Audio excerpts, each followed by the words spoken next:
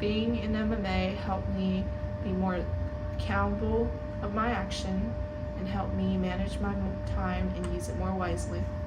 I definitely have matured a lot throughout the years, and I've been able to figure out how to manage my time management and focus on priorities and things that are inside the walls of MMA while trying to balance out things outside of MMA. At my time in MMA, I feel like I came in here with like little to no confidence, and I feel like, you know, being put in positions where I have to be outgoing and I have to be in the spotlight, I feel like my confidence has really grown a lot.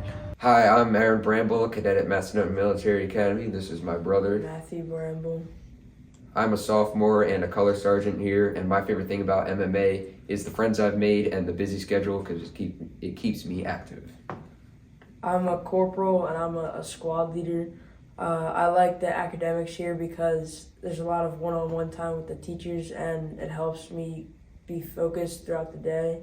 I also like the sports here and that I get to be involved with the postgraduate basketball teams. That's a lot of fun.